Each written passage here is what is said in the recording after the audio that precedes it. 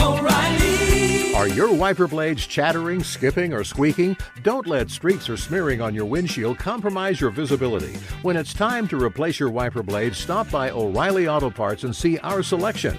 Our professional parts people will even install your new wiper blades while you wait. Stop by O'Reilly Auto Parts today. O'Reilly Auto Parts.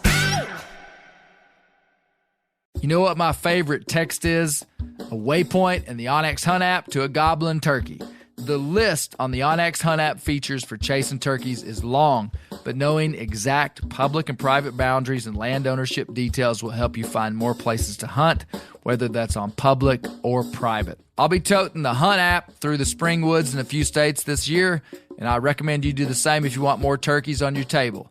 Also, onX has a special offer for you. Use code BEARGREASE to receive 20% off your membership at onxmaps.com/hunt this spring. There's nothing like snook hook sets at dawn or catching a tarpon in the moonlight. Find your next fishing trip made easy on fishingbooker.com and experience the magic of the Sunshine State or any other destination on your fishing bucket list. Book a blue water adventure in search of sailfish or go snapper fishing with the kids. With over 6,000 captains and trips to choose from, planning your next one just got a whole lot easier. Download the Fishing Booker app on the Google Play or App Store or visit them online at fishingbooker.com to book your trip today.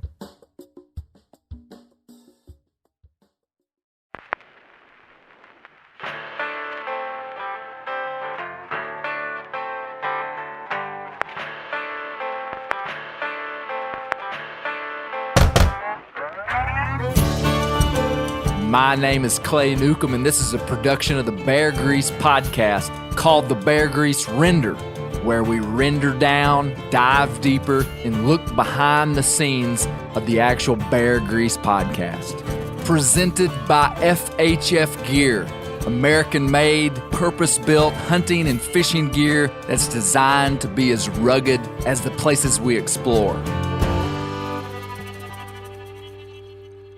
I think fly fishing is real pretty to watch. Fly fishing is captivating. It is. You guys are missing out. It is really pretty to watch. I feel like you're a liar, Clay Newcomb. Yeah, Why? it's beautiful. Because I can't tell you how many times I've heard you say, you know what I'm really drawn to is people who have a passion for something, have an identity.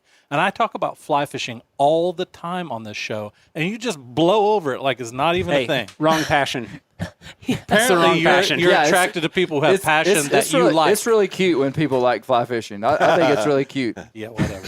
That's why people say they can't do it, Josh. No, Josh. No, I respect your passion for fly fishing. Absolutely. Now, does that mean that I want to talk about it all the time? You should. I want to hear you talk about it.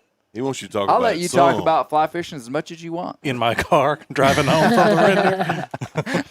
What would you say about fly fishing? I would tell Let's you all just say about you it. had the floor. Yes. Yeah, let's just What say. would you say? I would talk about, first of all, the places that fly fishing takes you is one of the things that I like, like the best that. about it. I like that. The beautiful locations, environments that you get to.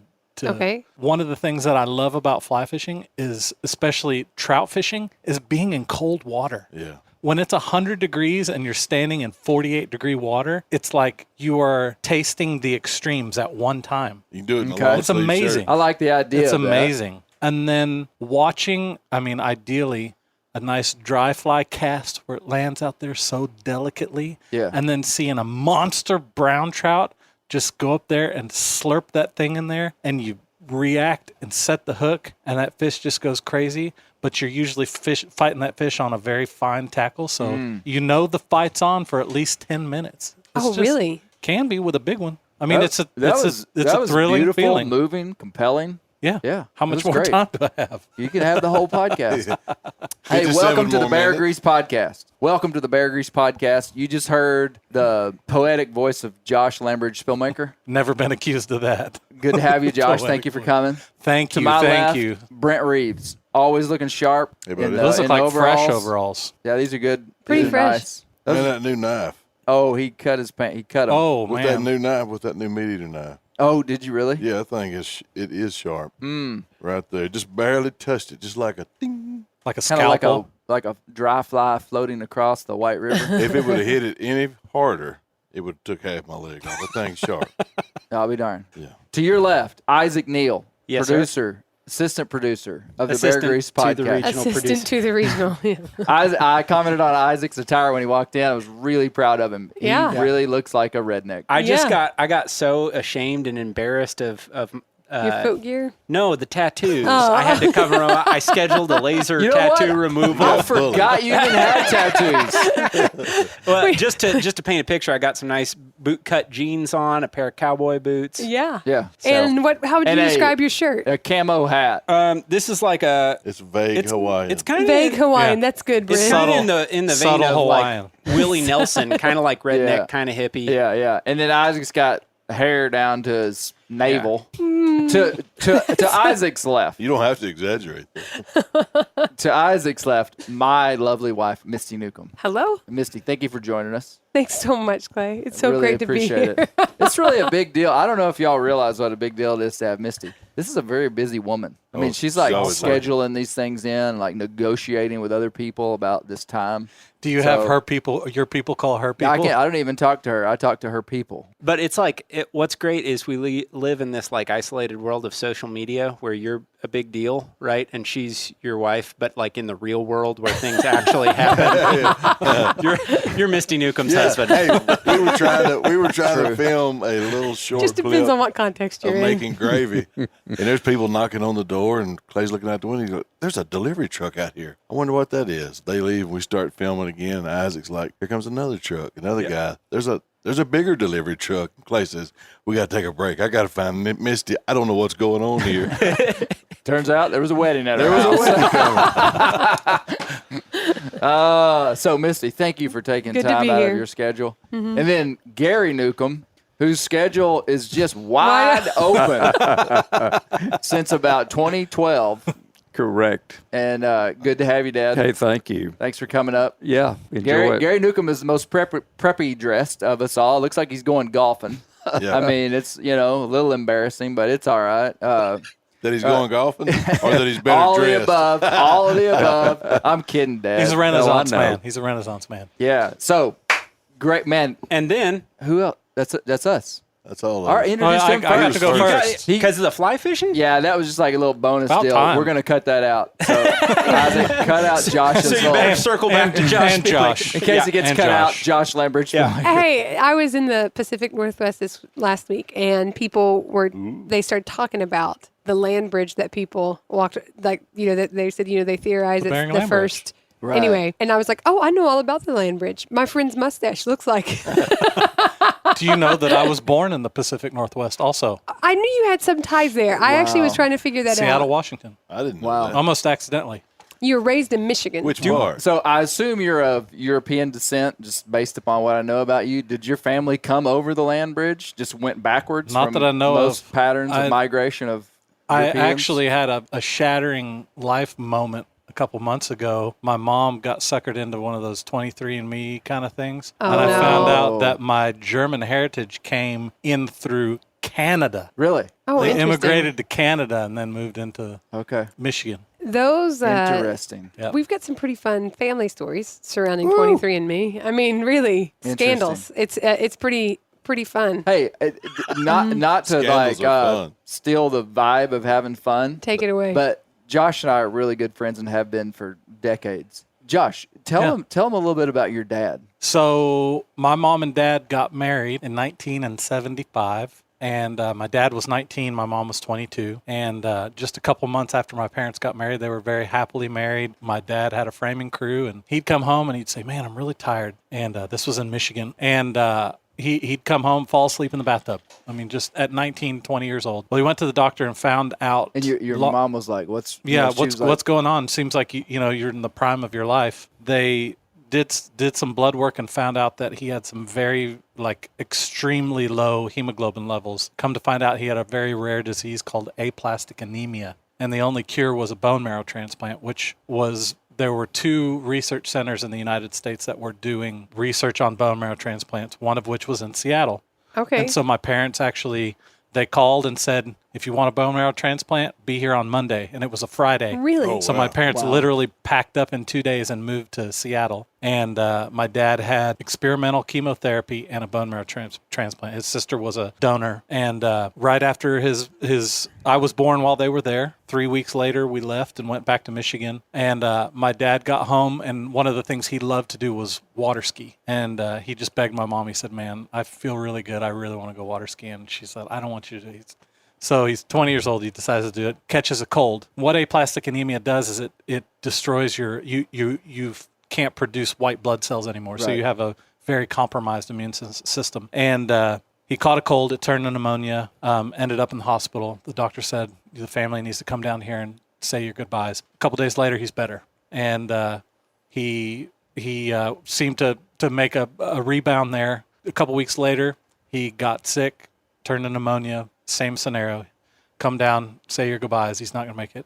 And my mom actually, I found going through some old stuff from my dad, I actually found a journal of my mom's. And my mom prayed, and she said, Lord, by my anniversary, make me a widow or make me a wife. Either heal him or take him, because this up and down is too much for me. And he actually passed away 4 days before their first anniversary. Wow. And so I was raised by a single mom till I was almost 12. And but I tell you what, we've talked about my mom on this podcast before. She's an incredible woman. She really strong, determined, hardworking. I learned an incredible work ethic from my mom. The hostess with the mostest. True. And man, it's shaped who I am to this day. And I'm real grateful for what my mom invested in me as a child. Awesome.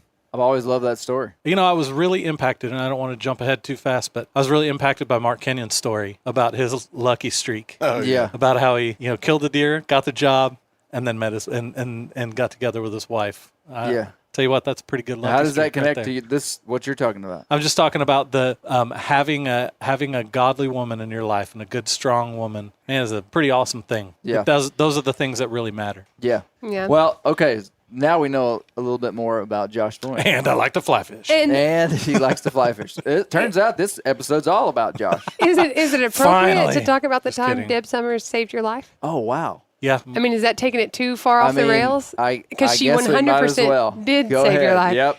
I get a call one She time. raised Josh and saved my life once. I don't even remember what happened, but we were at the spill make. Josh and Christy and I were together. Clay was. Well, do you want me to tell how I got there? I definitely wanted you to tell the story. Okay. That's why I started to tell the story. I was hoping going to the he would take it away from me. I was going to the Jasper Elk Festival.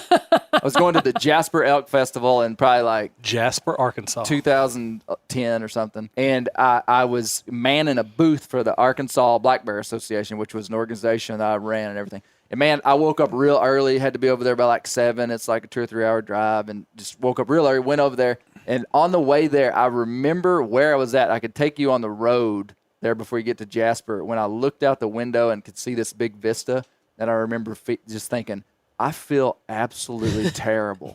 Like it was just like, I just was like, I feel like I'm about to die.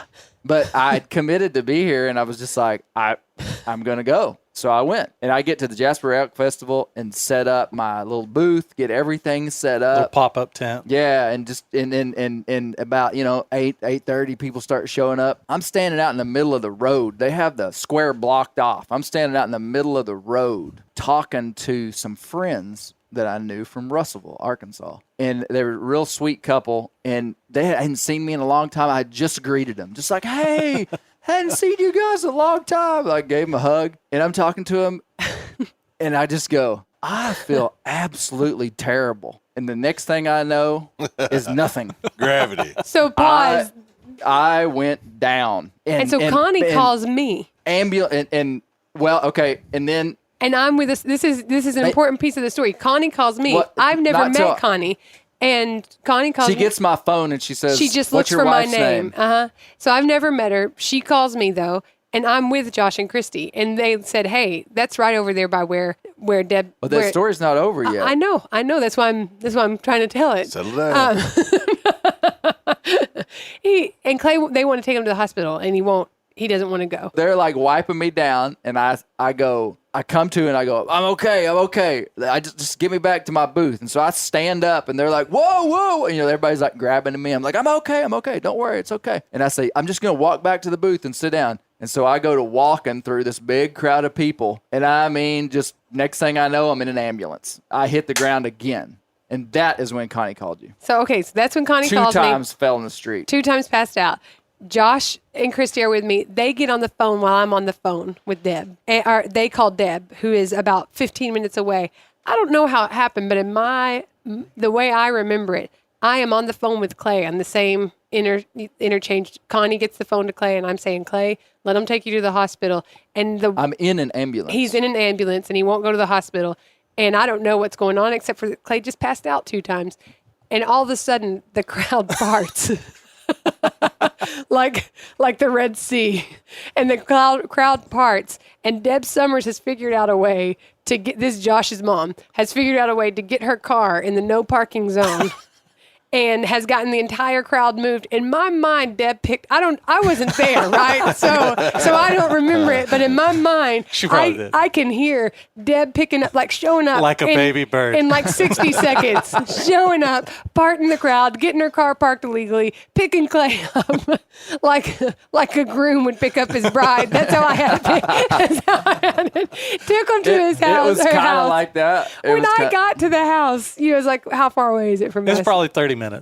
When I got to the house, Clay was eating. He had like a feast in front of him and was laying Velvet. All his favorite movies on VHS. Yeah, it was hilarious. It was popsicles. Yes, the whole 9 yards. And that is classic Deb. And to this day, what she did is they put me in an ambulance and they're like, sir, we're going to take you to the hospital. And I was like, I will not consent to going to the hospital. I'm not going to the hospital. We didn't have health insurance. Yeah, we were self-employed. Yeah.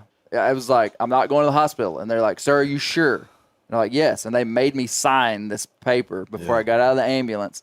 So I got out of the ambulance and I was like, I'm going to walk to my booth. I get to my booth and sit down and everybody's like checking on me and stuff. And then Deb walks up and she doesn't even say hi. She just goes, Clay Newcomb, you get in my van right now. She stuck her finger out. That's what I remember her saying. She said, Clay Newcomb, you get in my van right now. And I just said, yes, ma'am. And I went and got in. She opened up the side door of the minivan, and she had stuff in there. Oh, I'm sure she did a cooler. And food and drinks. Yeah. And she was like, lean that chair back, and you sit there. And so we went to her house and just had a great afternoon. Classic. Turns out I had ehrlichiosis. Do you know what that is? Tick-borne. It's the most common tick-borne illness in this part of Arkansas. Yeah, my dog's get brought over by the working dogs from Vietnam. They got it in the jungles of Asia, Gary Newcomb. Or you may have brought it back. May have mailed it over for all here. We know. Do you have any ticks on you when you came back from Vietnam? I had a few. No, so all the service dogs that came in from Vietnam, most of them were channeled through Fort Chaffee, and they brought these dogs back. And if you look at a heat map of ehrlichiosis, somebody will fact check me on this, and they'll learn that I'm right. If you look at a heat map of ehrlichiosis in the United States of America, there's like a sunspot about 100 miles in any direction from Fort Chaffee, Fort Smith, Arkansas. Really? Yeah, and it's that's what they say. That's what I was told by a veterinarian who I believe was telling the truth. Lying. Public service announcement: if you have flu-like symptoms in the summer and you are outdoors a lot, it took forever to get an accurate diagnosis of what was going on. And once we did, we were able to move forward. But that was a tough summer. Clay was, sick. It was bad. Couldn't stand up without passing out type of bad sickness. They gave you antibiotics. Yeah, it's just standard treatment. But pretty much Rocky Mountain spotted fever, Lyme's disease, ehrlichiosis, and now alpha-gal. Mm-hmm. It's the worst. The big ones. Yeah, it's bad news, man. Yeah. Bad news. I had Rocky Mountain spotted fever. Okay. A guy walked in my office, and he is a friend of mine. He just started telling a story about getting a tick-related disease and how he felt. He just went on. I had 1, 2, 3, 4, 5 things happened. Then I got up, got in my car, drove to the clinic, went in. They gave me this, and this. And so, I mean, like 3 days later, 1 happens, 2 happens, 3 happens. I think, okay, I'm going to the clinic. Like not till after he told you about it? I mean, it was just like luck, bad luck, which we're going to talk about that. Oh, nice Well, segue, so he- Gary. he Was it tells- good luck that he came into your office? Yeah, because I might have laid there a day or two Yeah. thinking, you know. And 25 years ago, people didn't pay as much attention to tick-borne illness as they do now. I think there was a time period when doctors were just like letting people die for having tick-borne illness. Well, it's a specific test they got to test for because Yeah. my brother had it, and when he was finally diagnosed, I came in from Missouri turkey hunting one year. It's like, man, I feel like terrible. You know, I feel like I've been eaten by a coyote and crapped off a cliff. It is terrible. And he says, you Did sound. summers come by? He said, no, I wish you had. He said, you sound like you got it, man. You need to go. And they did that specific test, and Yeah. sure enough, that's what I had was like what Gary had, Rocky Mountain spotted fever, and it was tetracycline for breakfast and supper for a week or two, and then it was gone. Yeah. Yeah. We got an accurate diagnosis because someone he was with, and in the woods, he was doing work with, and that guy got a diagnosis, and that's when we called the doctor and said, "Is it possible that this is what he's dealing with?" And it was like game changer, but for I don't know how long he would have. And I mean, it was really bad. Do you get cured with medicine, or is it just? I think it just Does it kind stay of in dies there? down. I think you'd. Well, I think don't it's know. different I don't for know. some You might because I test hear about positive. people with Lyme's disease, and that seems like a little that longer term. Yeah. It was much longer term than what you had. So, I think this is a good point to get into what I really wanted to talk about today, which is a pretty serious. It was a pretty unique time for the Bear Grease podcast because we're going to institute something that has been in my heart for a long time, and I believe that this will persist through time and be really important. We're going to institute the Bear Grease Hall of Fame. An official Bear Grease Hall of Fame. And I'm going to get a plaque of some sort made. And you know how you can make plaques that have room for more little Oh yeah. Yeah. And you put the tags. They on. have a little name. tags. Yeah. So you Everlasting. you get a big plaque and it What you starts call it. off with just small things. So here's what we've got: some business, like actual business to take care of. And that is to talk about, and basically I'm going to pronounce who is already in the Bear Grease Hall of Fame. And then we're So when the going plaque to goes up, vote. it'll already have a bunch of names. Oh, on yeah. it. But then we're going to vote on someone. Okay. Are y'all with me? Oh, yeah. And so I think that it is a given of who would be, and I want to get your. So I'm going to make a list of people, and basically I'm going to ask for your yay or your nay, and they will be officially put into the Bear Grease Hall of Fame. Agreed. What do you call it if you do something Nay. from before? Retroactive? Retroactive? I think you're thinking Grandfathered in? Brent, put that large Posthumously? cast iron skillet right here, if you don't mind. And by the way, it's called a perpetual plaque, not an everlasting plaque. Perpetual plaque. Okay, thank you. Okay, let me see that bone. That's big bear fine. Okay, I would like to officially make the proposal to the group that we induct number one. Is this in Daniel- order of importance? Nope. Okay. Just what we've done before. Okay. So from here on out, if we have someone that's eligible, we'll induct them like right after, like right Okay. when it's apparent. Got it. Do you see what I'm saying? Yep. So I would like to nominate for induction into the Bear Grease Hall of Fame Daniel Boone. Second. Hold on. We're going to do this in one I always group. wanted to do that. Daniel Boone. Yeah, can I get Are we can I gonna- get a second? Another one? That'd be a third. Okay, Daniel Boone, Warner Glenn, I We're doing them second all that. at once. Roy Clark. So it's all or none. That's right. These Okay. are all. This is a batch. Okay. Roy Clark, James Lawrence, Uh-huh. I'm in. George McJunkin, Yes. and Frederick Gerstocker. Whoa. Definitely. It's I a mean, big That's list. 6. I'm on board. Okay, so Frederick Gerstocker would have been in. You going to vote or what? All in favor, say aye. Aye. All the nays, say nay. It's official. So let Okay. it be written. Daniel Boone, So Warner let it be Glenn, so it Roy is written, Clark, so let it be James done. Lawrence, and Frederick Gerstocker, and George McJunkin. are now officially in the Bear Grease Hall of Fame from here on out. How often will I'm new glad I got to be part of the inductees committee. be made? There's no schedule. But what I want to do right now is I would like to nominate. So this is how we'll usually do it. Okay. Point of clarification. Yes. Do the living inductees get a benefit like a gift certificate to Golden Corral or something? They should. Ooh. Okay. We'll Get a pair table of it. chaps. Yeah. Revisit they it should. at the next render. Great. Okay. Okay. I would like to nominate for the Bear Grease Hall of Fame Orally Province. Oh. I feel like there's some I feel like an inductee into the Bear Grease Hall of Fame has characteristics that would be evident and seen by all, but often intangible and indescribable. Because it's not one thing that these men did. Mm-hmm. It is connected to character. It's connected to longevity. It's connected to connection to the land. It's connected to grit. Mm-hmm. It's connected to humility. Mm-hmm. You don't come banging on the lodge cast iron skillet asking to be in the Hall of Fame. Yeah. These men didn't ask to That be in would the be Hall of Fame. distasteful. Mm-hmm. Yeah. So I feel They like have to embody the values of the Bear Grease podcast. I feel like Orly Province. I mean, just the guy. He's there. Mm-hmm. Are there any public commentary in support? Would anybody like to make a speech in support of this? Yeah, I think he embodies everything that a lot of people aspire to be. He did something great, and if you'd never know it unless you ask him. Yeah. And then it was probably like pulling teeth.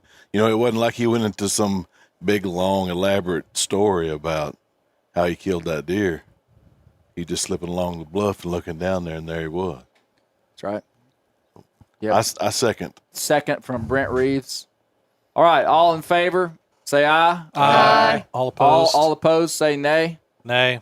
Oh, What, just kidding. what just happened? Just kidding. You gonna recant that? Yep. Okay. Ori Lee Province is now inducted into the Bear Grease Hall of Fame. So now there's 7 inductees. Here. So we'll just start from there. Somebody Okay. write that down. Yeah, we'll get it written down. So to dive into Where are you going to put this plaque? There's no room in here. Yeah. We're running low on wall space. Yeah, we're running low. We'll find a place. Okay. Excellent. around. Well, I think that to start off our conversation about this podcast called The Unusual Whitetail Streak of Ori Lee Province, we need to sing our song. So lucky for you guys, we have an original ballad written about Ori Lee Province that I'd like to sing. I'd like to ask Josh and Misty to accompany me on it. So I wrote this song just this week. I just felt inspired to write a song about Ori Province because I like the guy so much. So this is what I came up with. Misty Newcomb on the banjo, Josh on the guitar, Brent Reeves on the Lodge cast iron skillet with a bare bone. On the eve of the Great Depression, in June of 1927, high on the mountain he was born, shucking corn, his shoes were worn and his mama mourned. Became a man at age 16. When his daddy died, the family cried and his brothers went to war. Ori Province was an Ozark man. Fried deer meat in a cast iron pan. Loved the fiddle and Bill Monroe. Skidding logs, oak timber fall, the thunder rolled. In 1946, got a good horse, no remorse, cutting cross ties. 35 cents a piece will starve a man, callous his hands, but he loved the land. Working in the timber, he longed for the cold days of November. Back to the chorus. Everybody. Ori Province province was an Ozark man. Fried deer meat in a cast iron pan. That's right. Loved the fiddle and Bill Monroe. Skidding logs, oak timber fall, the thunder rolled. In 1965, the north wind blew, the storm clouds grew, and the beast hunkered again the bluffs. That's right. Or he came a-slippin'. When the shot rang out, a great buck went to trippin'. He went and got Eugene. They found 28 points that would hang a wedding ring. That's a good line, but that wouldn't be the last. When not 2 weeks had passed, his muzzle sang another blast. Back to the chorus, everybody. Horry Province was an Ozark man. Come on, Isaac. Fried deer meat in a cast iron pan. Loved the fiddle and Bill Monroe. Skidding logs, oak timber fall, the thunder rolled. Last verse. Some would say it's luck, but I would say, well, shucks, he's a bluff hunting man. He saw a Drock-tine buck, shot 9 times, blurred the lines, and the big buck fell. He carried 18 points, acorn-fed, limestone bred, and an Ozark legend was born.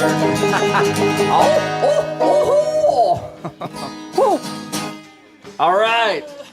That was a good one. All right. Yeah, that's good.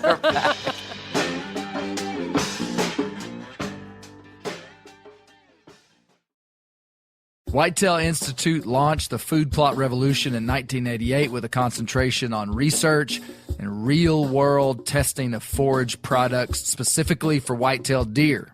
Whitetail Institute's research and development team of agronomy experts provide effective, personalized service. I've been using Imperial Whitetail Clover for a long time in a food plot back behind my house. In 2007, I killed the biggest buck of my life over an Imperial Whitetail Clover small quarter-acre food plot. Imperial Whitetail Clover is the only clover scientifically developed through years of selective breeding. Clover Extreme genetic stability provides extreme cold tolerance, disease, and drought tolerance. It really does. Clover is coated with Whitetail Institute's Rain Bond, a polymer coating added for enhanced seedling survivability. They have an exclusive offer for Bear Grease listeners, 15% off Imperial Clover when you use the code BEAR at whitetailinstitute.com. That's whitetailinstitute.com and use code BEAR for 15% off. Ready to win Mother's Day and cement your reputation as the best gift giver in the family? Give the moms in your life an Aura digital picture frame preloaded with decades of family photos. She'll love looking back on these memories and seeing what you're up to today. Even better, with unlimited storage and an easy-to-use app, you can keep updating mom's frame with new photos, so it's the gift that keeps on giving. And this is not a joke. Juju Newcomb has an Aura frame, and we share photos, and they're incredible. Also, my mother-in-law has one. We have them. They truly are really good, really high quality. The Aura frame is easy to set up. It takes just 2 minutes to set up a frame using the Aura app. It also adjusts the display depending on light levels in the room to maintain the true color of your photos. For real, the digital screen is amazing. Right now, Aura has a great deal for Mother's Day. Listeners can save on the perfect gift by visiting auraframes.com to get $30 off plus free shipping on their best-selling frame when you use code BEAR, B-E-A-R, BEAR. That's auraframes.com. Use code BEAR at checkout to save. Terms and conditions apply. Sport Dog is the most recognized brand in the hunting dog training industry. Born in 2003 in Knoxville, Tennessee, Sport Dog was forged by a passionate group of hunters and dog trainers who intimately understood the challenges of the field and the special connection between hunters and their dogs. The people at Sport Dog know that having a well-trained hunting dog is more than just having a reliable partner. It's a commitment to their safety and unlocking their full potential. The Sport Dog promise to customers is simple: gear the way you design it. Every product Sport Dog builds is meticulously designed and rigorously tested in the field, ensuring it withstands the toughest conditions you and your dog may encounter. Trust Sport Dog, where innovation meets passion, to elevate your hunting experience and strengthen the bond with your local companion. Using tracking equipment on my squirrel and coon dogs is extremely important to me to track my squirrel dogs and my one old coon dog that's not very good. Get 20% off your first purchase using the code BEARGREASE. Go to www.sportdog.com/beargrease to learn more. Hey, just for the world to know, I recognize that I'm not a great singer, so but I just the passion's just too strong to keep it all in. Make a joyful noise. I just gotta let her go. Yep. So yeah, the Ballad of an Ozark Man. There's some good lyrics in there, man. It's good. It tells the story. Tells the story. It should tell a story. Old Promise was an Ozark man. A good fried deer song. meat in a cast iron pan. A good song should play a little movie in your head when you're listening to it. Yes, and it should. My favorite verse is, he went and got Eugene, and they found 28 points that would hang a wedding ring. I like it. Because the deer actually only officially scored 26 points, 26 scoreable points. Mm-hmm. But by hanging Arkansas, a wedding ring on there it, you go. it'll score 28, because that's what Ori Province always said. Yeah. He called it a 28-point buck. Now, the difference is Boone and Crockett recognizes anything over 1 inch. 1 inch. Yep. Well, but listen to this. Okay. This is where it gets deep Now, and I'm gets listening. real and gets there quick. Is that and this is getting serious quick too. Uh-oh. The dream that I had in 2007, and the picture's right over on that wall. Yeah. I'll put the picture on Instagram. I had a dream that I killed a 24-point buck with a bow. And that year, I killed a buck that by Boone and Crockett standards had 21 points. Yeah. But by hanging a ring, it has 24 points. And that you just have to deal with that if you don't believe it. Do you feel like God is not Boone and Crockett certified? Is that what you're saying? That's not what I'm saying. I'm just saying these are the facts. These are the facts. What did y'all think of the Ori Province story? I love it. What'd you love about it, Misty? Well, I think that I love this story because I remember when it happened. You took Shep with you on that trip, and I think probably the reason I loved it is a little different than the reason all the hunters are, but it's like a personal connection to the story and what that produced. How old was Shep when you took him? He was just Well, a he little was- guy, wasn't he? He was squeaky voice He was little. 11. I think he was 11 years old. Was he only 11? Well, I mean, it was in 2019. I mean, I know almost the exact date. It was Man. March of 2019. He looks so little. Well, in that picture. Yeah, a lot happens. Went from 11 to 14, though. Yeah. Well, he's.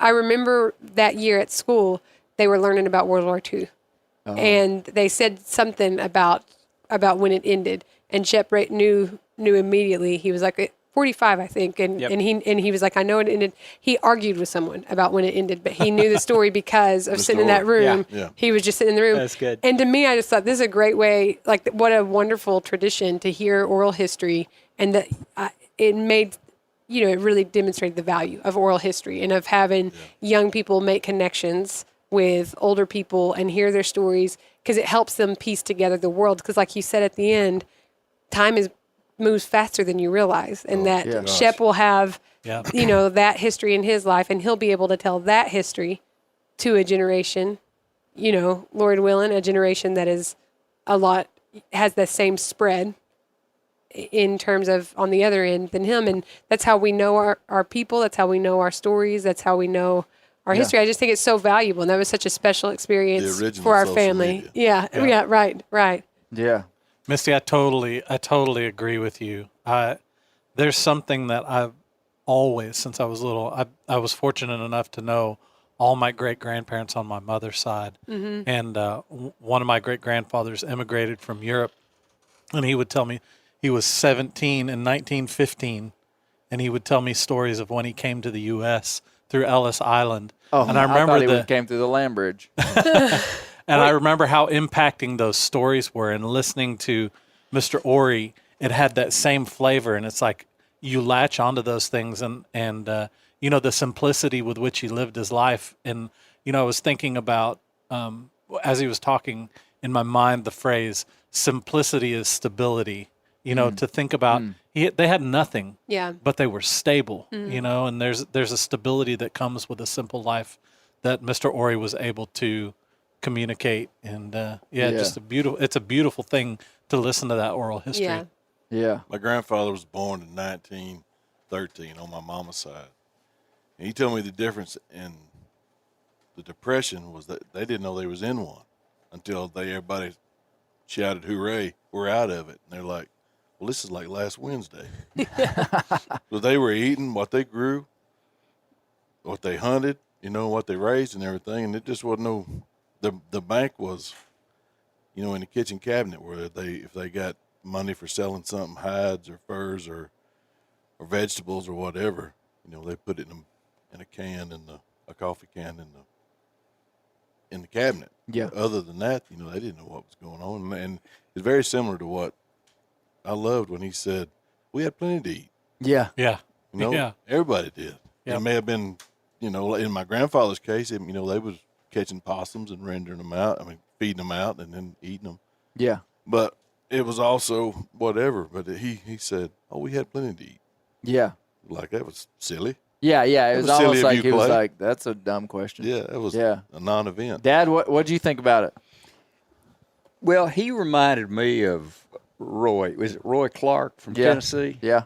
You know, I kept taking both of their lives and kind of like going, they're so similar, you know, and the way they talk. I mean, I just love that dialect. It's just beautiful to listen to. And of course, he had a simple life, but to kill what he killed in basically a week or two, you know, it's just pretty phenomenal. And so I spent my whole time thinking about luck. What is luck? I mean, you know, so I kind of focused on what did you think? The underlying behind it. What do I think about? Yeah, take us into your thoughts on that. Well, I don't think it's luck, man. I mean, I think I've got a friend I called him before I got up here. I got a friend that's hit 13 hole-in-ones on a golf course. 13. Jimmy Sears. You know Jimmy. Are you serious? And I called Jimmy. I said, Jimmy, was it 9, 13? How many? He said, it's 13. And I said, did you have any streaks where you did 2 or 3 in a row? He said, no, I never did more than 1 in a year. Of course, he's my age. We're the same age. So he's been playing golf a lot of years. And so I said, well, you play 220 times a year. There's usually an average of 4 par 3s on an 18-hole course. I first said, Jimmy, you had 600 shots a year at a hole-in-one. With a par 3? Yeah, and he said, so you're saying only a par 3? Yeah, I mean, you're not going to get a hole-in-one on a par 4 or par 5. Gotcha. He said, no, there's like 4. He said, I had about 800 shots a year to make those. And his good buddy, who's also a good buddy of mine, is not that good of a golfer. And he said he's had 1 or 2 just blind luck, you know. He's not a good golfer. And he still, because he played a lot. But Jimmy plays 220 times a year. So, I mean, if he wasn't good, he probably would have had 3 or 4 hole-in-ones. Well, but he's he's one of the top senior golfers in the state of Arkansas. Yeah. In my opinion. I remember. So relate it to Ori. So Ori, he's in the woods a lot. He's good with his gun. Holy cow, shooting a running buck. Yeah. You got to be kidding me. 9 times. He must have had an AR-15. I mean, one rifle back then was had 9 rounds. I don't know how he loaded. That's just what he told me. You know, I would have never probably shot at the deer. I would have gone, wow, what a buck. You know, I mean, so he had the wherewithal to, I mean.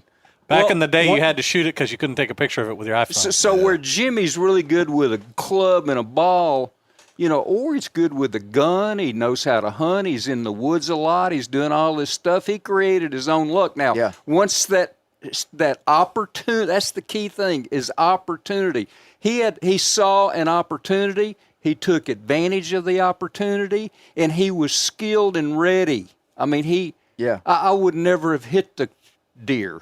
I would have been in a panic. I wouldn't have even had time to I mean, you know what I'm saying? Well, there's an old saying in golf, and I've seen it attributed to 15 different people. But the more you practice, the luckier you'll get. Yeah. I know you've heard that. Yeah. Which means the more you do something, I mean, just a better chance. You put yourself in the right so, spot. So to me, you know, what I came up with, and a lot of this, I don't know, it's not original thinking probably, but, you know, luck is kind of like the definition. I heard you say the definition of luck. Right. It's almost like a little story I read where a guy said he was in New York City, he was 60 years old, he had a business, he wanted to sell it. And he heard a guy say, Mr. Buffett. And this guy goes, ching, ching, Buffett, New York City? And he said, I walked over and I said, are you Warren Buffett? And the guy said, yeah. He said, I got a business I'm trying to sell. I think you'd like to hear the deal. Eventually he sells the guy, Warren Buffett, this business. I mean, so that was luck. He heard the name. He just happened to be there. There was no skill involved in him being standing there. But then he had the wherewithal to say, here's an opportunity. I'll never have it again. And he took advantage of it. Mm-hmm. And the capacity to pitch something. Yeah, and well he had the enough that ability. he would listen to him. And he had a product, you know, that was really, really good, you know. So there was a little luck that deer came by. I mean, no question, but still, he was there. He was equipped. He was ready. He took advantage of it. I'm gonna play devil's advocate. Okay. I'm gonna completely disagree with Gary because I think that could be said if Ori Province had killed those deer when he was 60. But according to when he said he was born, he was 28 years old. He was 38. 38 years old. Yeah. How many years have you hunted? Well, I'm, you know.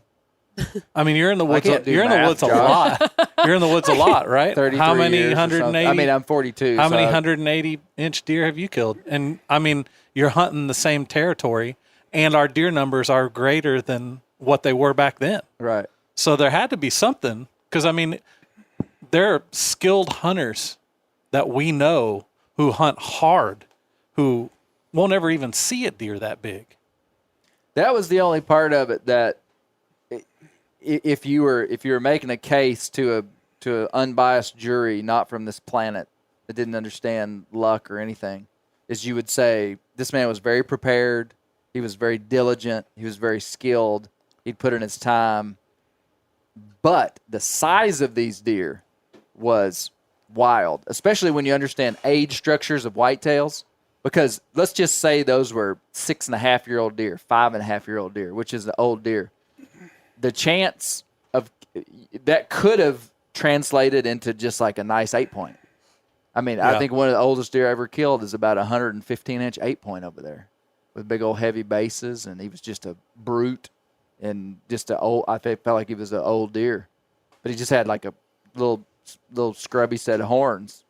And the fact that twice he killed an older age class deer that carried that kind of stuff, that's what was wild. Now, if he'd have just – because I tried to make this analogy inside the podcast, was that year he may have killed 2 5.5-year-old deer that were 135-inch 8-points, which would have been more common. Gary. I agree with what Josh is saying, except for one thing.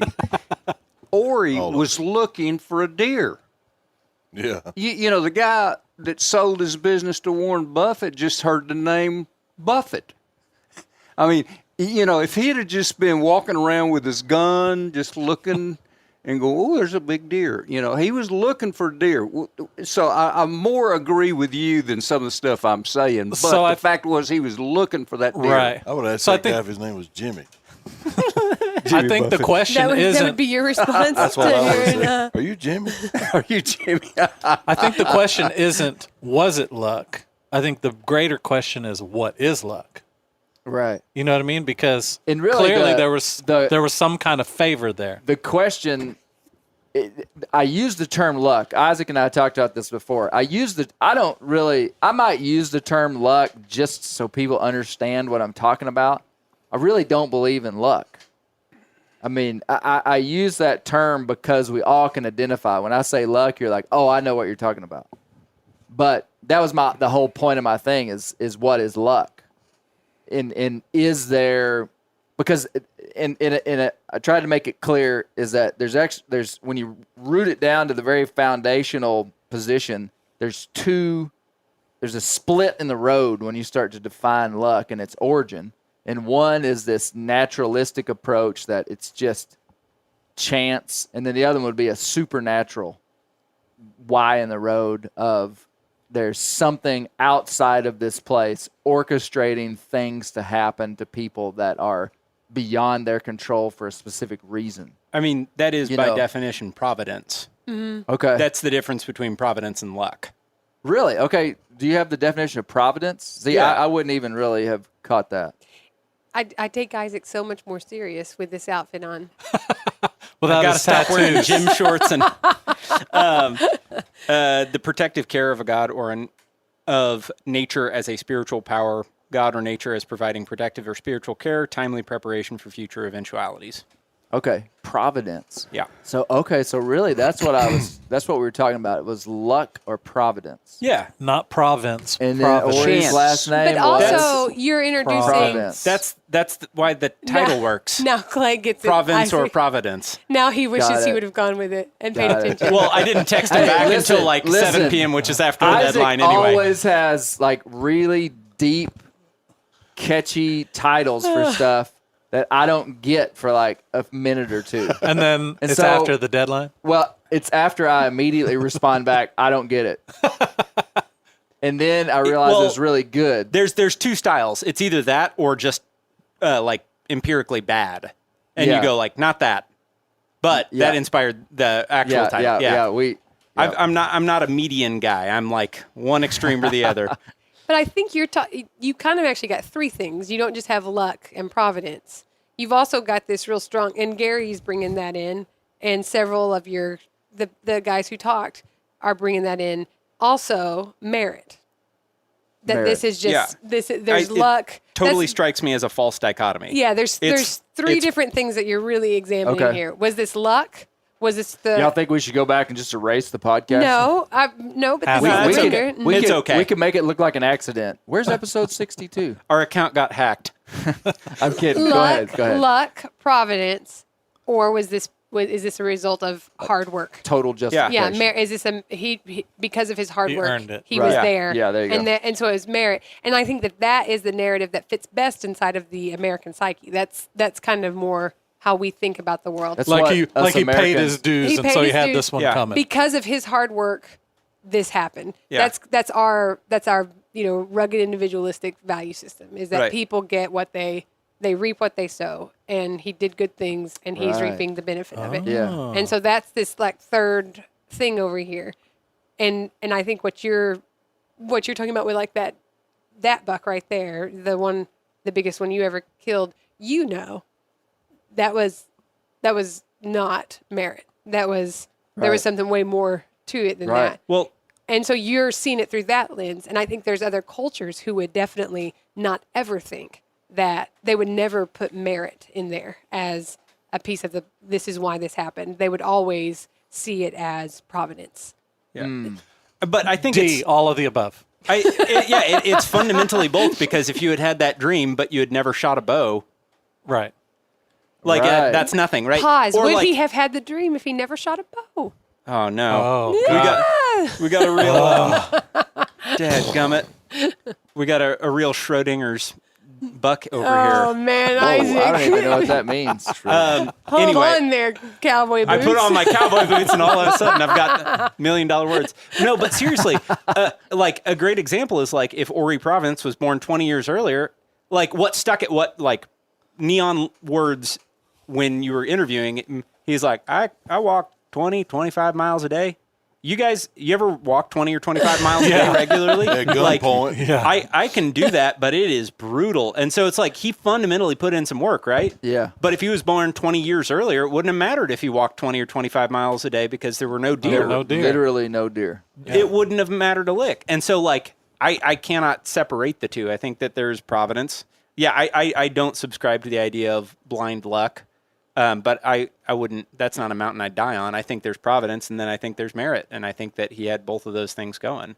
And that's kind of what I was saying when I said sometimes people want to just grab hold of one thing or the other. Yeah. Just like, Yeah. it's all chance. Yep. It's all chance. There's nothing but chance in the universe. Yeah. Or someone say the other side of it, which would be like every minuscule thing. The Brent's chair just squeaked because X, Y, and Z. Yeah. So it's like there's have every deer that I've killed, have I felt like it was like life-changing, monumental? That wasn't my chair. That was Brent's chair. No. Did that deer change my life? Yeah. There's no one on this earth that will ever convince me otherwise. It really did. Yeah. And so was that deer important? Was that deer did something from another place? Yeah. I think we need to help talk me about do that that. deer a little bit more. Sure. I think we need to, and I think we need to talk about, especially if you're going to put the picture on Instagram, there's some side text on the picture Yeah, there's a note on there. that we probably need to explain. And I will say, when you brought that deer back, Ava, Josh's youngest daughter, was here. Oh yeah, Josh's daughter Forgot was about here. that. And Ava Bear was here. And She I mean, would have been little. They were there's tiny a picture babies. of her with They me were with that big deer. old fat cheek babies. And we've got pictures of both of those two, Bear and Ava, standing over it. They're in their PJs. And their little fat cheeks are just sitting there smiling at it, not having any idea 2007. what it represented to All our right, family. give us the story. Wait a minute. Well, on the deer. He kind of told you. Well, on no. the, You were going to say. Well, I was just saying. I think that you're kind of bringing that in, and I thought the way you brought that in at the end was sort of underwhelming. It was kind of a big, huge deal. I thought. I mean, maybe it's because of the impact it's had on us, but I thought it was a little bit. Like I didn't do a good job. I'm not saying you I just didn't didn't do a good want to. job. I didn't want to. I You didn't didn't want want to to turn make it it into the Clay Newcomb Yeah, story. I didn't again. want to make. But I wanted to throw it out there like. Yeah. This is You stuff had that this happens dream, to people. and you drew it out, and Yeah, you put a note in on there. In July, I think it says July 2007. I'll look at it. And I saw the buck, and I woke up and I drew pictures of it. And the buck that I drew has really long, curved brow tines. It's got a burr point, and it's got kickers. And if you look at that buck and look at the buck I killed, It's crazy. They look a lot alike. And Yeah. I wrote a note on the sketch. I said, "Do not throw away Misty." Like, Was there a comma there? Well, Oh. No, there is That's no comma, so he is talking. She's the direct object. I knew what would happen is I drew it, and then I didn't really have a place to put the sketch, or at the time I didn't. And so I just knew it was just going to be like laying around like on my bedstand. Clay would write down incredibly important phone numbers or confirmation numbers and just set them down and then be like, why did you throw that away? And it's like, it was literally on So- a It's piece the of torn definition of up. trash. Yeah. And so anyway, I framed the sketch, and then there's a cutout. There's a picture of the deer in this little frame. But And writing about that is one of the things that jump-started your... it was the only thing. was I the never thing. even thought about writing an article or going into the outdoor industry at all. Right. Just killed a big deer. Yep. And I was like, man, it'd be pretty cool to write a story about it because there was an angle that I had on the story from a tactical sense. I actually really used a lot. I mean, I hunted the deer 15 mornings. At the time, I could only hunt in the morning, and so I hunted mornings. The only days I didn't hunt was I went down to your deer camp, Dad. So I killed the deer on October the 18th. I spent 3 mornings at your deer camp. So basically 15 straight mornings I hunted for that deer, and killed him on the 18th. And this was before we had trail cameras and stuff. So I had seen the deer with my own eyes one time in this spot, and ended up hunting there. And I rattled him in on a balmy, windy, like 72-degree morning on October 18th. But you had the dream when? July of 2007, killed So it in 3 months October in before. 2007. And the thing is, it's like, like you can say, I'm not trying to make the dichotomy here, but like to illustrate the point that it's both is like you hunted 15 straight mornings. Right. You know what I mean? Like you didn't go out October 1st and like plug it and go. Yeah. All No, right. there was some work involved. Dad. Did you? I think I know the answer to this, but did you ever see that deer, or Yeah, I at the time I could had that have related to your dream at all? Oh well, I videoed the deer in late August. But you didn't see But it you in didn't see it July. before dream. you dreamed it. Before the dream. No, Before the dream. The dream. I never knew the deer was alive Yeah. until Well, you 2 would, months the after antlers the wouldn't dream. have looked like that in July of 2007. Well, you're right. And the Right, next thing right. is The first time I saw the deer was actually the first time I saw that deer was like September the 8th or 9th of 2007. so let's get the timeline. I think it's helpful for listeners. All right. July, you have the dream. Yeah. August, I remember waking up and it was a big Yeah. bright morning and I was going out to get hot. That's all I remember. I was going to work. yeah. August. So that's not helpful for the timeline. Just so you know. I'm just relating what I see in my mind. I remember waking up Just a And little it- color commentary. and it. We just I need remember. we just need yes or no, sir. just bare details just for the listeners to have a Deer clear details. all right. So yeah. All right. So July See you these have the two dream. hands? Oh I man. used to work with these two hands. July you have the dream. Now I write songs. August. Okay, dear. August, you see the deer. Does the deer look like the deer you saw in the dream in August? Oh, I never made the connection. Okay. You kill the deer. I in never made the October. connection until like long after I even killed the deer. Like it wasn't like I was That's like impressive in other ways. it wasn't. I don't think that's a compliment. I'm just kidding. I mean, I don't remember how long, Yeah. but I mean, it wasn't like I shot the deer and I was like, that Yeah. was the deer in the dream. Like it was sometime after I was like, Yeah. man, I drew a picture. Yeah. I mean, it was that, like I almost didn't draw the picture. Yeah. It wasn't like I was like, I'm going to kill a deer this year. Yeah. It was just like I had a dream. It was really clear, vivid, impacting. you felt like it was significant when you woke up. Yeah, yeah. I remember more about the dream. I Significant- could tell. I remember more about the dream too. Yeah. Because I remember you talking to me Yeah. about it. Because I was like, "What's And- this?" And Misty, don't throw away. but Don't throw away Misty. Yeah. so it was sometime after that I realized it. But I think that's your next song title. Don't throw away Misty. don't throw away Misty. I'd like to hear I'd like- that yeah, ballad. 2 That's weeks. a good ballad right there. Ballad of the. I call that book Dagger. Yeah. Yeah. Hey, I got something to say about what Mo Shepherd was saying about Yeah. getting loaded up and going over to see it. Like, I'm not here to say, like, technology is the downfall of human civilization or whatever, but, like, it made me, like, it immediately took me to the Floatin' Tote in El Dorado Springs, Missouri, where we'd go check in our deer. And everybody'd go post up there. You'd pull Floatin' in. tote. The Floatin' Tote. You'd pull in your truck, and all of a sudden, everybody'd come over, start looking over the bed. Oh, yeah. You just Yeah. couldn't, if you got anything halfway decent, you couldn't wait to get down there and Yeah. just talk about it and see what everybody had So going you were on. It's like, saying Mo's dad would have just looked on Facebook yeah, rather than hey, gone to hey, Ori's house. yeah. Ori, Look at that. Or Ori would have texted him and said, Yeah. "Hey, killed a big deer. Congrats." There's just something magical about like being there in person, like that community connection of like going over and seeing it and you know feeling proud your about hands it. on it. Yeah, Yeah. Isaac's describing social capital.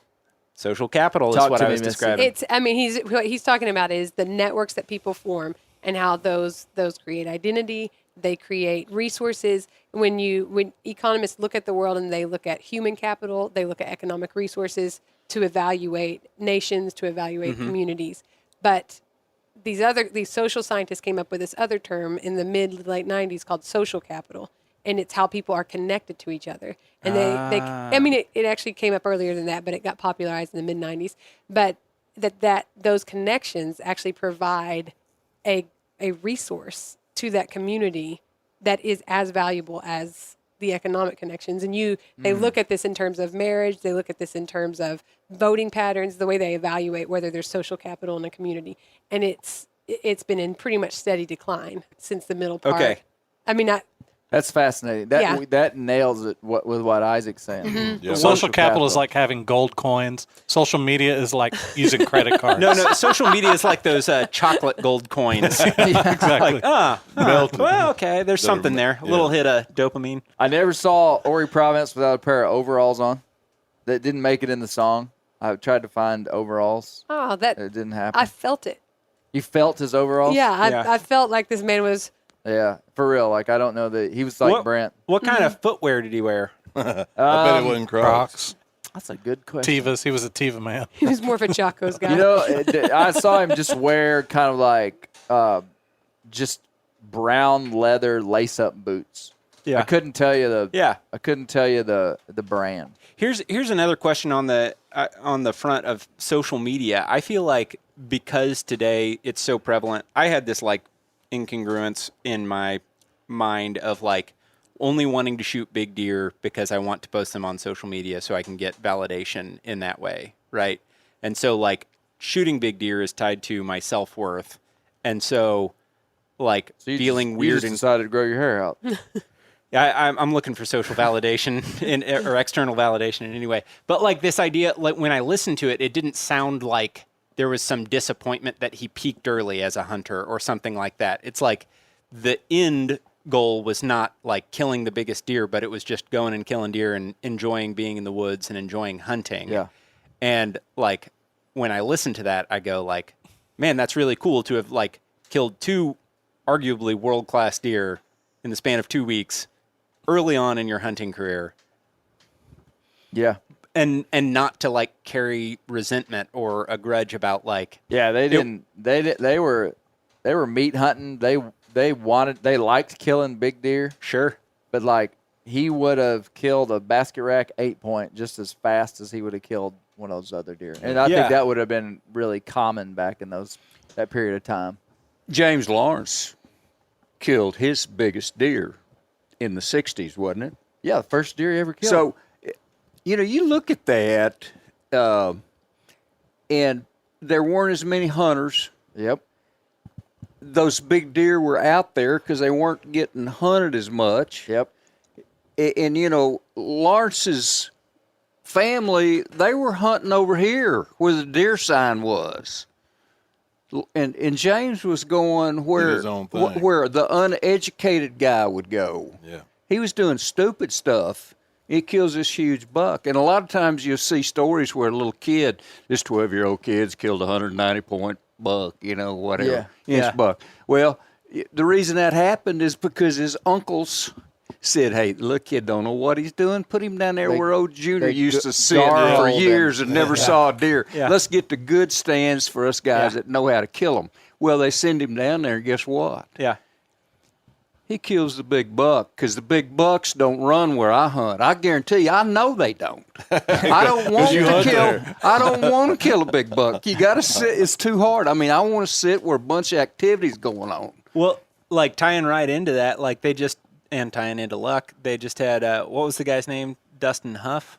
Was that his name on the Meat Eater podcast? Yeah. And they got down a rabbit hole of talking about how many people kill big deer the first time they sit somewhere. He killed the record for, is it America, it's United States? It's the United States, biggest typical. And it was the first time he'd sat in that stand.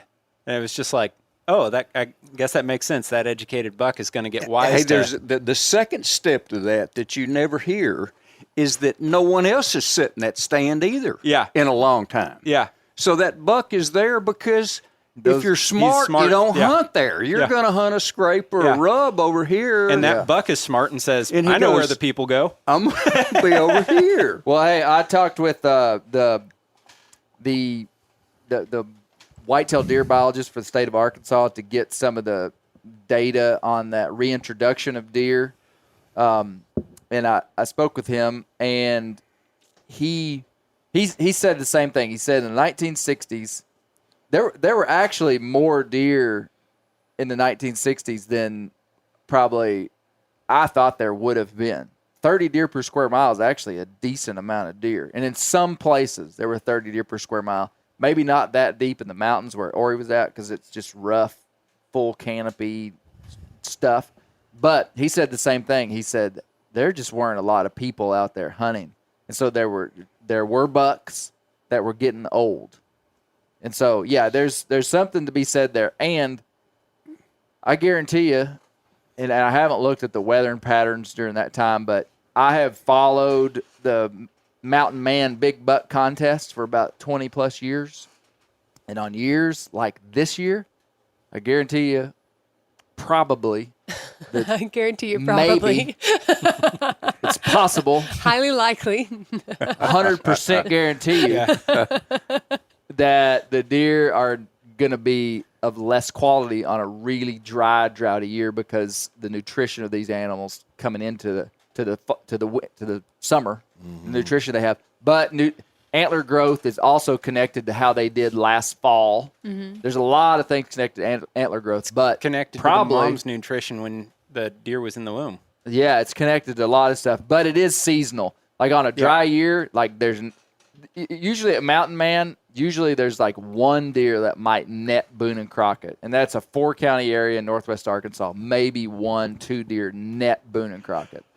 The year that I killed my big buck in 2007, Proud of you. there were 2 deer that netted Boone and Crockett. Yeah. That hung on the wall because I took my buck to the Mountain Man Big Buck contest. Yeah, you did. Of course I did. Absolutely. Yeah. Hey, in 1960, those deer weren't near as smart as they are now. Right, not as much pressure. I mean, I believe these that. deer just said, okay, I'm going to walk below this bluff. This is the cool way to walk. Well, they're not going to do that today. And if you go to those same mountains, That's the way deer talk, too. if you go to the same area, you're probably not going to find that big a buck in there. Right. That deer would have gotten, if he were living in the last 10 years. He got killed when he was 2. Yeah, he got killed when he was about 3 or 4 years old, I mean. So Yeah, there's a lot of people that hunt in lot that of part of the American- world now, for sure. Yeah. So luck, I still don't really understand the luck part, but he was a little lucky. But Well, and he was good. Mo Shepherd, who is today one of the best deer hunters I know for that part of the world, just big woods, deep public land hunting. And Mo's never killed 170, 180-inch deer. And he's killed a lot of deer and a lot of old deer. And that is just luck of the draw on, like, Mo is hunting as big and old a deer as there are out there and killing them. And they usually have about 130, 140-inch racks. The odd one's going to be up in the 150s. And that's just pretty standard. And there are these outliers that do happen. And, it's pretty unique. But I think what I was getting at is that our understanding of how the world works influences our decisions, But I do believe that we bank on whatever you want to call it. I'm going to call it luck just because we bank on unmerited favor coming to us. We do. I mean, and actually I thought about this since the podcast. Let's erase this podcast and do it again, Isaac. I think it's a good podcast. Listen, the human metabolism is built upon the potential for fortuitous streaks of luck. We literally are designed to gorge ourselves at times, and our bodies store fat for when the next day and the day after that and the day after that we can't find a fruit tree full of fruit, or we don't make a kill. And that's the reason that the majority of Americans are obese, is because we get lucky every day when it comes to food in 2020. Good streak of luck. Do you see what I'm saying? I know because exactly what you're saying. Sometimes it's like, how do we, we're just not designed to have a gourmet meal every single meal of every single day of our life. We're built to have some good fortune at times and some lean times at times, and it all kind of evens out in the end. Here's another interesting thing that I thought of while Tony Peterson was talking about is this idea of placebos, because he was talking about psyching yourself up, right? Yeah, You're doing that was a good something point, wasn't mentally. it? Yep. A placebo has a measurable effect, which is crazy. For everybody who doesn't know, a placebo is like a Man, those cowboy boots just changed his life. I know. It's He's like pretty the smartest amazing. guy in the room. all Yeah. of a No, sudden. no. They changed your lives. leg I've tattoo been the guy- same guy the whole time. The leg tattoo guy I knew before.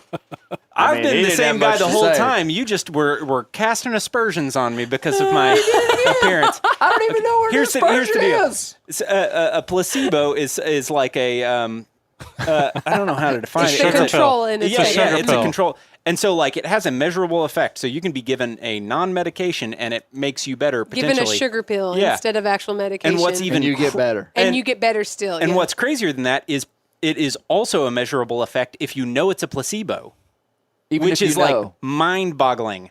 I don't know what to what degree it is, but it's just like the human brain has or the human body or the human spirit or whatever it is has an amazing ability to impact real outcomes.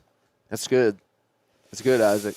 Yeah. One day, Hey, I did it. One day you may Hey, run this podcast. I did it this wearing year. those cowboy boots. I did it this year. I posted on social media, felt cute, might kill a big deer later. What did I do? Kill the big one. 30 minutes later, I killed a gross 161. That's a big 8 deer. point. One Wow. day they may do a story about your One streak day of they luck. may induct me you into the might Bear be in Grease the Hall Bear of Grease Fame. Hall of Fame. Yeah. Wait, is Clay getting inducted? He's got a lot of years of proven character to I thought it before was he's inducted. interesting, like when I go like hunting or if I go fishing and I like, there's this sense of catching a big fish. I always try to think, well, I'm not going to catch a big fish today, Oh, yes. or I'm not going to kill a deer today. Managing There's almost, expectations. there's almost this sense of if I do, it's this bonus. Yeah. I'm going to have a good time. And if I don't, I won't be Oh, disappointed. Yeah. yeah, Man, I never stepped to the plate. I don't think I ain't fishing hit it out of the park. really? Really. Yeah. Every time. I'm Brent's very much life is more. just one crash of expectation after another. I'm always hitting homers, Jack. high expectations and high results. Yeah, I'm definitely Low in the risk. Josh Spielmaker camp of mitigating expectations. You've heard of the Casey Shreve says that my what is it called on your gravestone? Epitaph. Epitaph. Will be manage expectations. Wow. Excellent. Well, I really enjoyed this podcast. And for people that would have been following along on the Bear Hunting Magazine podcast, they would have heard the full interview. So actually, it would be like a bonus episode if you wanted to hear It's really good. the unedited full version. I talked to Mr. Ori for an hour and a half. Yeah. So on this podcast, there was 21 minutes. So there's actually a lot more. Yeah. And It's good, too. It's just It is. it's totally unedited, so it's us like talking about the weather, us, kind of doing stuff. But it was good. There was a lot on it. His wife came on and talked and told how she puts up corn and how she cooks deer meat, and she told about her grandchildren. My favorite parts of these podcasts, my favorite part of that whole episode was the very beginning. Well, close to the beginning, when you hear the screen door open.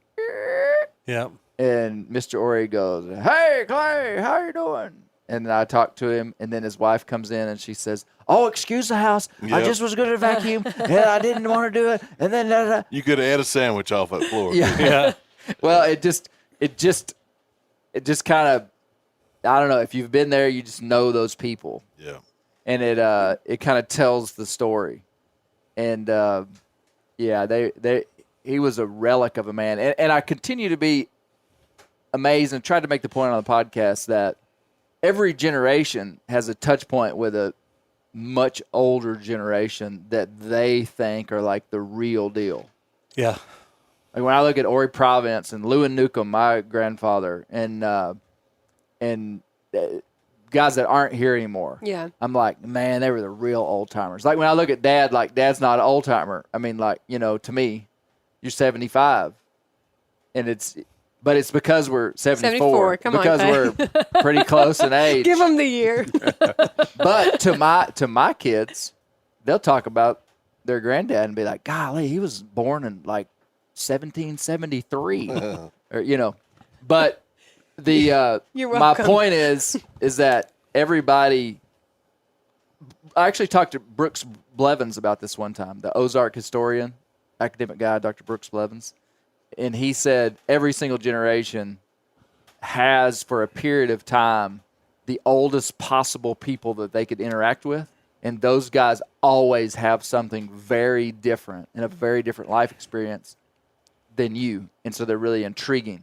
But there was a time when Ori Province was like on the pop culture cutting edge of time when he was 18 years old, and the old timers to him were born in the 1830s. Right. That was my point inside of that. It's kind of mind-boggling. And Daniel Boone would have one time just been like the dude driving down the road, driving a 2019 Chevy Silverado 4-wheel drive with a couple mules in the back.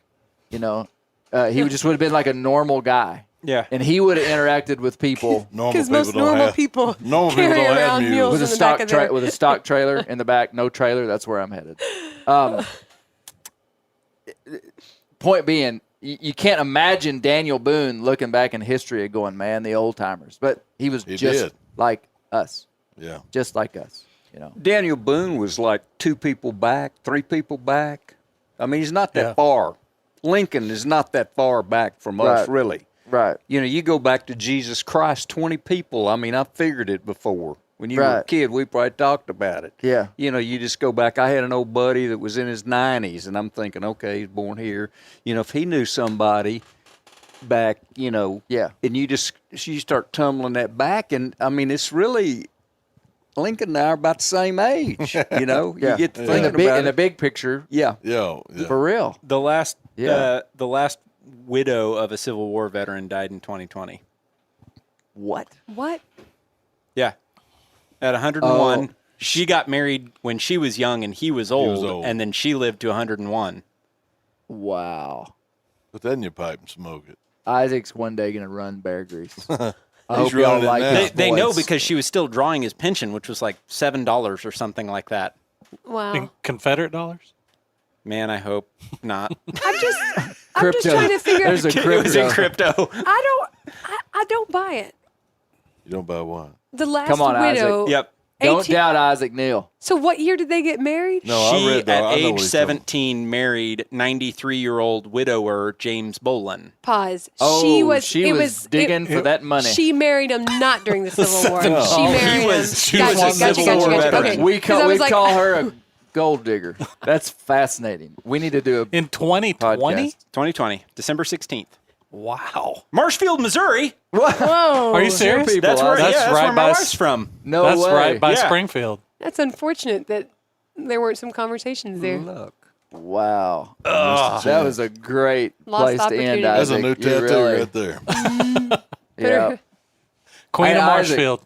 Would you be interested in getting a back tattoo of the Bear Grease Hall of Fame members? Oh, there's there's our perpetual plaque. You'd have to come in here I'll take it. shirtless. Yeah, I'll take it under consideration. Every time, Are you every gonna have time to- we You add better someone see to how it, this works he out, has man. to get a tattoo. What if you got the tattoos and I was like, man, Isaac, you're fired. Yeah, we might need a longer contract. Would you have to have something removed to put it on there? No. I got plenty of real estate. I think he should maybe legs. You know, They're full, Misty. well, I mean, maybe he could remove stuff, but Backs that of the legs. you know, just keep that way. You could just Ooh, keep I like Like adding. one list. Yeah, one list. It could be But small. you could have it drawn like a scroll. Yeah, Whoa. That'd be awesome. And I could be holding it like this, yeah, full size. looking. You should get a life-size Wow, tattoo hey, of Clay, okay, only guys. bigger. Fantastic. I love.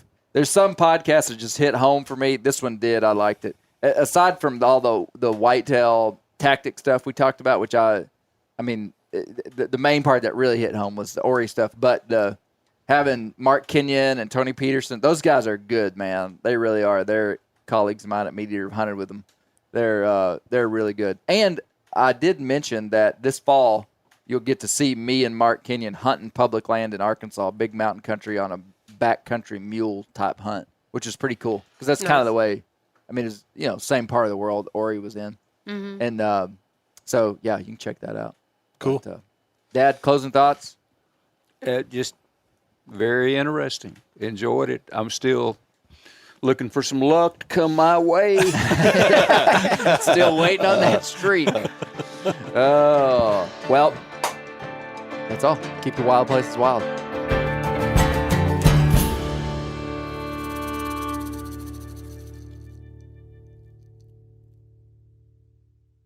This show is sponsored in part by BetterHelp. Around New Year's, we get obsessed with how to change ourselves instead of just expanding on what we've already done right. Maybe you finally organized one part of your space and you want to tackle another. Or maybe you're taking your supplements every morning and now you actually want to eat breakfast. In the last year, I've been more diligent about going to the gym on a regimented schedule, and it's made a lot of difference in my life. Therapy helps you find your strengths so that you can ditch the extreme resolutions and make changes that really stick. Therapy is helpful for learning positive coping skills and how to set boundaries. It empowers you to be the best version of yourself. It isn't just for those who've experienced major trauma. If you're thinking about starting therapy, give BetterHelp a try. It's entirely online, designed to be convenient, flexible, and suited to your schedule. Just fill out a brief questionnaire to get matched with a licensed therapist and switch therapists at any time for no additional charge. Celebrate the progress you've already made. Visit BetterHelp.com/Grease today to get 10% off your first month. That's BetterHelp.com/Grease. I'm sure a lot of you guys remember the old ceremonial hunting tradition of eating the heart out of the first animal you kill. Meat from those organs are among the most nutrient-rich foods on the planet. You can get those same benefits your ancestors craved via convenient daily capsules from Heart and Soil. Find out more at heartandsoil.co. And remember, use code MeatEater for 10% off your purchase.